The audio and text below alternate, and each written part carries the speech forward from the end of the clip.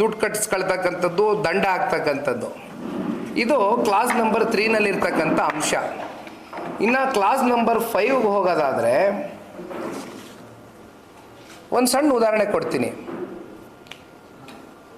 ಇದೇ ಸರ್ಕಾರದಲ್ಲಿ ವಿಧಾನಸೌಧದಲ್ಲಿ ಪಾಕಿಸ್ತಾನ್ ಜಿಂದಾಬಾದ್ ಅಂತಕ್ಕಂಥ ಒಂದು ಕೂಗು ಬಂತು. ಸುಮ್ಮನೆ ಒಂದು ಸಣ್ಣ ಉದಾಹರಣೆ ಅಷ್ಟೇ. ಆವಾಗ ಮಾಧ್ಯಮದಲ್ಲಿ ಇರ್ತಕ್ಕಂಥ ವರದಿಗಾರರ ಕೆಲಸ ಏನು?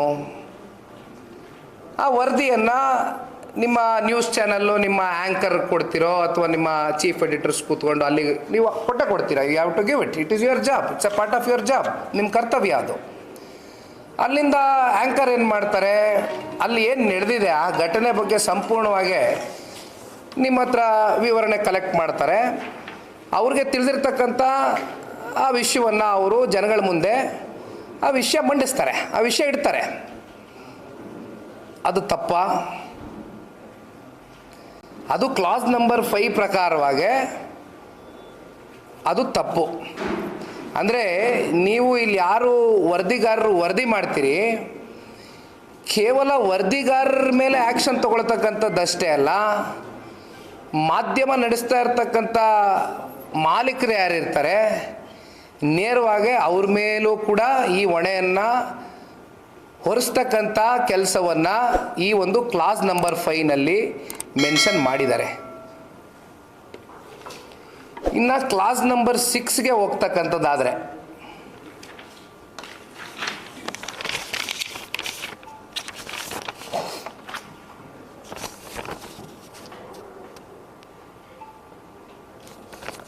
ರಾಜ್ಯ ಸರ್ಕಾರದಿಂದ ಒಬ್ಬ ಅಧಿಕಾರಿಯನ್ನು ನೇಮಕಾತಿ ಮಾಡ್ತಾರೆ. ಇಲ್ಲಿ ಯಾವುದೇ ಒಂದು ಜುಡಿಷಿಯರಿ ಸಿಸ್ಟಮ್ನ ಇನ್ವಾಲ್ವ್ಮೆಂಟ್ ಇಲ್ಲ.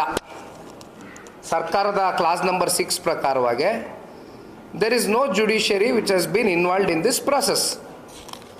ಇಲ್ಲಿ ಈ ವಿಚಾರವನ್ನು ಅಂತಿಮವಾಗಿ ತೀರ್ಮಾನ ಮಾಡ್ತಕ್ಕಂಥದ್ದು, ನಿರ್ಣಯ ಮಾಡ್ತಕ್ಕಂಥ ಅಧಿಕಾರವನ್ನು ಕೊಟ್ಟಿರ್ತಕ್ಕಂಥದ್ದು ಸರ್ಕಾರದಲ್ಲಿ ಇರ್ತಕ್ಕಂಥ ಒಬ್ಬ ಅಧಿಕಾರಿ ಅಂತ ಮೆನ್ಷನ್ ಮಾಡಿದ್ದಾರೆ. ಆ ಅಧಿಕಾರಿ ಅವನ ಯಾವ ಒಂದು ಹುದ್ದೆಯ ಅಧಿಕಾರಿ ಏನು ಅನ್ನೋದನ್ನು ಅದರ ಒಂದು ಸ್ಪಷ್ಟತೆ ನಮಗೆ ಕೊಟ್ಟಿಲ್ಲ, ನಮಗೆ ಸಿಕ್ಕಿಲ್ಲ ಅದು. ಬಟ್ ಒಬ್ಬರು ಸರ್ಕಾರದಲ್ಲಿರ್ತಕ್ಕಂಥ ಅಧಿಕಾರಿ ತೀರ್ಮಾನ ತಗೋತಾರಂತೆ. ಏನು, ನಿಮ್ಮ ಎಲೆಕ್ಟ್ರಾನಿಕ್ ಮೀಡಿಯಾಗಳಲ್ಲಿ ಬರ್ತಕ್ಕಂಥ ವಿಷಯಗಳು, ಜೊತೆಯಲ್ಲಿ ಸರ್ವಿಸ್ ಪ್ರೊವೈಡರ್ಗಳಿರ್ಬೋದು ಅಥವಾ ಅಡ್ಮಿನ್ಗಳಿರ್ಬೋದು ಸೋಷಿಯಲ್ ಮೀಡಿಯಾ, ಇದರಲ್ಲಿ ಬರ್ತಕ್ಕಂಥ ವಿಚಾರಗಳನ್ನ ಇಲ್ಲಿ ಇರ್ತಕ್ಕಂಥ ಅಧಿಕಾರಿ ಅವನು ಯಾವುದು ಬರಬೇಕು ಅಥವಾ ಯಾವುದು ಬರಬಾರ್ದು ಅಂತಕ್ಕಂಥ ನಿರ್ಣಯವನ್ನು ಅಧಿಕಾರಿ ಸರ್ಕಾರದ ಮೂಲಕ ತಗೊಳ್ತಾರೆ. There is no judiciary system involved in this. They overlook judiciary basically. ಈ ರೀತಿ ಇವೆಲ್ಲ ವಿಚಾರಗಳು ನಾವು ಕ್ಲಾಸ್ಗಳು ನೋಡ್ತಕ್ಕಂಥದ್ದಾದರೆ ನಮ್ಮೆಲ್ರಿಗೂ ಜ್ಞಾಪಕ ಬರ್ತಕ್ಕಂಥದ್ದು, ನಾವೆಲ್ಲ ಹುಟ್ಟಿರಲಿಲ್ಲ. 1975ರಲ್ಲಿ ಎಮರ್ಜೆನ್ಸಿ ಏನು ಡಿಕ್ಲೇರ್ ಆಗುತ್ತೆ. ಆ ಎಮರ್ಜೆನ್ಸಿ ಡಿಕ್ಲೇರ್ ಆಗ್ತಕ್ಕಂಥದ್ದಕ್ಕೆ ನಾನಾ ಕಾರಣಗಳಿದೆ. ಅದರ ಆಳ ಅಗಲವನ್ನು ನಾವು ತಿಳ್ಕೊಳ್ತಾ ಹೋದರೆ ನಾವು ಪುಸ್ತಕಗಳಲ್ಲಿ ಓದಿದ್ದೀವಿ. ಆ ಎಮರ್ಜೆನ್ಸಿ ಡಿಕ್ಲೇರ್ ಆದಾಗ ಏನೇನಾಯಿತು, ಜರ್ನಲಿಸ್ಟ್ಗಳನ್ನ ಯಾವ ರೀತಿ ಜೈಲ್ಗೆ ಹಾಕಿದ್ರು, ಯಾತಕ್ಕೋಸ್ಕರ ಎಮರ್ಜೆನ್ಸಿ ಡಿಕ್ಲೇರ್ ಆಯಿತು, ಕಾನ್ಸ್ಟಿಟ್ಯೂಷನಲ್ ಬಾಡೀಸ್ನ ಅಧಿಕಾರವನ್ನು ಕಿತ್ಕೊಳ್ತಕ್ಕಂಥದ್ದಕ್ಕೆ ಎಮರ್ಜೆನ್ಸಿಯನ್ನು ಡಿಕ್ಲೇರ್ ಮಾಡಿದರು. 1971ರಲ್ಲಿ ಚುನಾವಣೆ ಆಗುತ್ತೆ. ಆ ಚುನಾವಣೆಯಲ್ಲಿ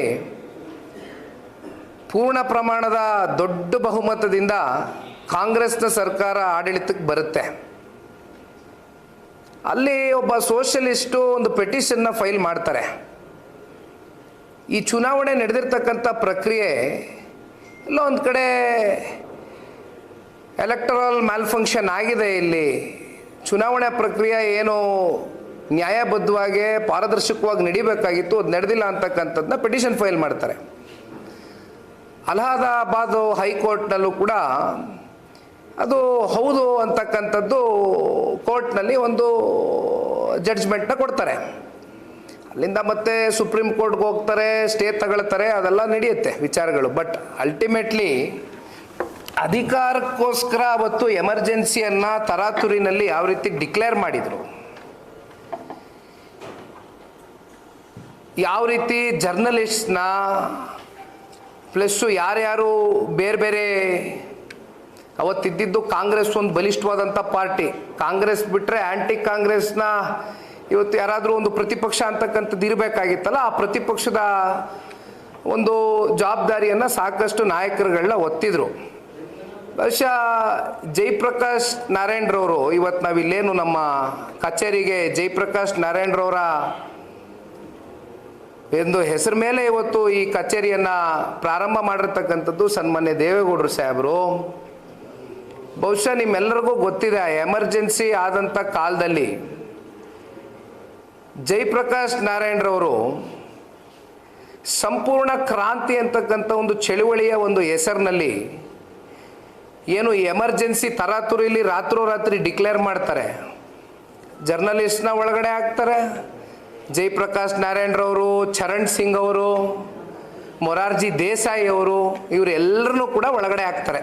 ಅಂದರೆ ಮೆನಿ ಆಫ್ ದೆಮ್ ಯಾರು ಆ್ಯಂಟಿ ಕಾಂಗ್ರೆಸ್ ಅಂತ ಇದ್ದರು ಪ್ರತಿಯೊಬ್ಬರನ್ನು ಒಳಗಡೆ ಹಾಕ್ತಾರೆ. ಜೊತೆಯಲ್ಲಿ ಇಲ್ಲಿ ಬಹಳ ಸೂಕ್ಷ್ಮವಾಗಿ ಗಮನಿಸಬೇಕಾಗಿರತಕ್ಕಂಥ ಅಂಶ ಇವತ್ತಿಗೆ ಕನೆಕ್ಟ್ ಆಗ್ತಕ್ಕಂಥದ್ದು, ನ್ಯೂಸ್ ಪೇಪರ್ಗಳು ಅವತ್ತು ಇದ್ದಂಥ ಕಾಲ. ಅವತ್ತೇನು ಎಲೆಕ್ಟ್ರಾನಿಕ್ ಮೀಡಿಯಾ ಇರಲಿಲ್ಲ, ಸೋಷಿಯಲ್ ಮೀಡಿಯಾ ಇರಲಿಲ್ಲ. ಆ ನ್ಯೂಸ್ ಪೇಪರ್ನಲ್ಲಿ ಯಾವ ಒಂದು ಸುದ್ದಿ ಪ್ರಕಟಣೆ ಆಗಬೇಕು ಅದರ ಸಂಪೂರ್ಣ ಸ್ಕ್ರೂಟ್ನಿ ಮಾಡ್ತಾ ಇದ್ದಂಥದ್ದು ಸರ್ಕಾರ. ಅದರ ಸಂಪೂರ್ಣ ಸ್ಕ್ರೂಟ್ನಿ ಅಂದರೆ ಇದನ್ನು ಹಾಕಬೇಕಾ ಬೇಡವಾ, ಇದು ಸರ್ಕಾರದ ವಿರುದ್ಧವಾಗಿದೆಯಾ ಇಲ್ವಾ, ಇದನ್ನು ಚೆಕ್ ಮಾಡಿ ಆ ಸ್ಕ್ರೂಟ್ನಿ ಮಾಡಿ ಹಾಕ್ತಾ ಇರ್ತಕ್ಕಂಥದ್ದು ಅಂದಿನ ಕಾಂಗ್ರೆಸ್ನ ಪಕ್ಷ. ಸೊ ಇದೆಲ್ಲ ನೋಡಿದಾಗ 1975ನ ಎಮರ್ಜೆನ್ಸಿ ಕಾಲ ತುಂಬ ಮಾತಾಡ್ತಾ ಹೋದರೆ ತುಂಬ ವಿಚಾರ ಇದೆ, ಸುಮ್ಮನೆ ಇಶ್ಯೂ ಡೈವರ್ಟ್ ಆಗೋದು ಬೇಡ. ಇದು ಬಹುಶಃ ಕಾಂಗ್ರೆಸ್ನ ಪಕ್ಷದ ಇತಿಹಾಸ ಮತ್ತೊಮ್ಮೆ ಇದು ಹೊಸ ಒಂದು ಅಧ್ಯಯನ ಅಂತಕ್ಕಂಥದ್ದು ನಾವೆಲ್ಲ ಭಾವಿಸ್ಬೇಕಾಗ್ತದೆ. ಈ ಬಿಲ್ಲನ್ನು ನೋಡಿದಾಗ ಎಮರ್ಜೆನ್ಸಿ 2.0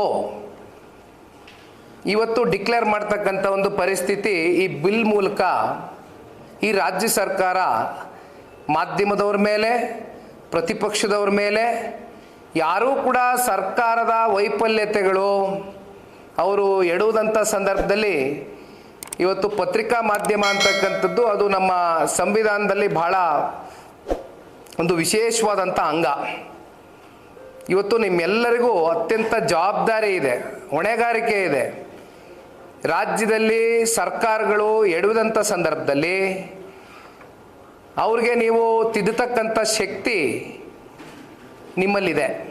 ಆದರೆ ನಿಮ್ಮ ಶಕ್ತಿಯನ್ನು ಇವತ್ತು ಕಿತ್ಕೊಳ್ತಕ್ಕಂಥದ್ದು, ಹತ್ತಿಕ್ತಕ್ಕಂಥದ್ದು, ಜೊತೆಯಲ್ಲಿ ಪ್ರತಿಪಕ್ಷಗಳು ಕೂಡ ಇವತ್ತು ಏನೂ ಮಾತನಾಡಬಾರ್ದು.